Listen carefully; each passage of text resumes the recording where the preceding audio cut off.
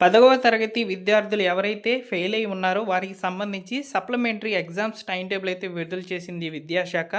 అదేవిధంగా పరీక్ష తేదీలతో పాటు ఈ పరీక్షలకు సంబంధించి మళ్ళీ కూడా అప్లికేషన్ చేసుకుంటే హాల్ టికెట్ అనేది రావడం జరుగుతుందన్నమాట.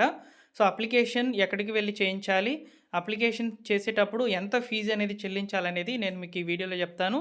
అదేవిధంగా ఎగ్జామ్స్ టైమ్ టేబుల్ కూడా నేను మీకు చూపిస్తానండి. ఏ ఏ తేదీల్లో ఎగ్జామ్ సబ్జెక్ట్స్ అనేటివి వచ్చి ఉన్నాయనేది.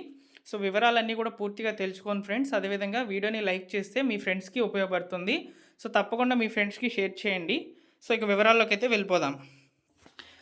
ఫెయిల్ అయినటువంటి విద్యార్థులు ఎవరైతే ఉన్నారో వారి యొక్క హాల్ టికెట్ అనేది తీసుకొని వెళ్ళండి. మీ స్కూల్ ఏదైతే ఉందో ఆ స్కూల్ దగ్గరికి వెళ్ళి సో మీరు హాల్ టికెట్ అనేది సబ్మిట్ చేసి సో మీరు సప్లిమెంటరీకి అయితే పరీక్ష రాసేందుకు సిద్ధమైనట్లుగా మీరు అక్కడ మీ యొక్క హెడ్ మాస్టర్ని అయితే కలిసి ఫీజు అనేది చెల్లించాలి.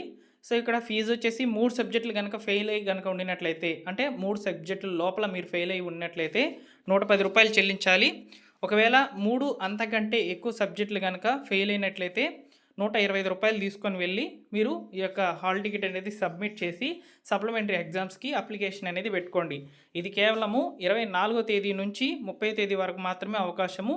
ఎలాంటి లేట్ ఫీజెస్ లేకుండా, అంటే ఫైన్ అనేది ఏమీ లేకుండా నేను చెప్పినటువంటి ఈ అమౌంట్ 110 లేదా 125 రూపాయల లోపల మీరు అప్లికేషన్ అనేది ప్లేస్ చేయవచ్చు. సో ఇకపోతే ఎగ్జామ్ డేట్స్ అనేవి మీకు చూపిస్తాను చూడండి, ఎప్పుడెప్పుడు ఏ సబ్జెక్ట్ అనేది వచ్చిందో.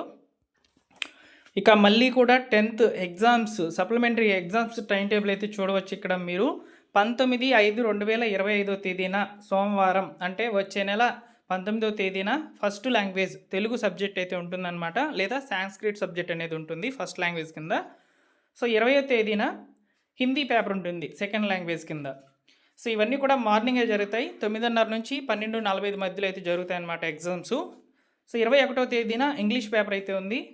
22వ తేదీన మ్యాథమెటిక్స్ అయితే ఉంది. 23వ తేదీన ఫిజికల్ సైన్స్ అయితే ఉంటుంది. 24వ తేదీన బయాలజికల్ సైన్స్ అయితే ఉంటుంది. 26వ తేదీన సోషల్ స్టడీస్ అయితే ఉంటుందని ఇక్కడ మనకు చెప్తున్నారు. రిమైనింగ్ పేపర్స్ వచ్చేసి ఇక్కడ ఫస్ట్ లాంగ్వేజ్ పేపర్ 2 అనేది ఉంది. అదేవిధంగా మెయిన్ లాంగ్వేజ్ పేపర్స్ అనేవి ఉన్నాయి. సో ఈ యొక్క సబ్జెక్ట్స్ ఏవైతే ఉన్నాయో సో మీరు క్లియర్గా అయితే చూసుకోండి, డేట్స్తో సహా ఇచ్చున్నారు. కేవలం ఒక వారం రోజుల వ్యవధిలో అయితే ఎగ్జామ్స్ అనేటివి కంప్లీట్ అయిపోతున్నాయి. మధ్యలో ఎక్కడా కూడా హాలిడేస్ అనేటివి లేవు. ఓకేనా. సో ఇక్కడ కేవలం సోషల్ స్టడీస్కి మాత్రమే ఒక్కరోజు సెలవు అయితే వచ్చిందనమాట. సో మిగిలిన అన్ని సబ్జెక్టులు డే బై డే వెంటనే వచ్చేస్తాయి అనమాట. సో రోజు వచ్చేస్తాయి అనమాట. సో మీరు ఈ యొక్క టైం టేబుల్ అనేది స్క్రీన్ షాట్ తీసుకోండి. సో స్క్రీన్ షాట్ తీసుకొని మీరు ఎగ్జామ్స్కి మళ్ళీ కూడా ప్రిపేర్ అవ్వండి ఫ్రెండ్స్. ఖచ్చితంగా పాస్ అయిపోండి ఈసారి. సో ఎగ్జామ్స్ అనేటివి చాలా సీరియస్గా అయితే తీసుకుంటున్నారు చాలామంది కూడా. ఇక్కడ మీరు ఒక్క ఎగ్జామ్ ఫెయిల్ అయినా కానీ మీరు బాధపడాల్సిన అవసరం లేదు. మీరు కష్టపడి మళ్ళీ కూడా చదివి పాస్ అయిపోవచ్చు.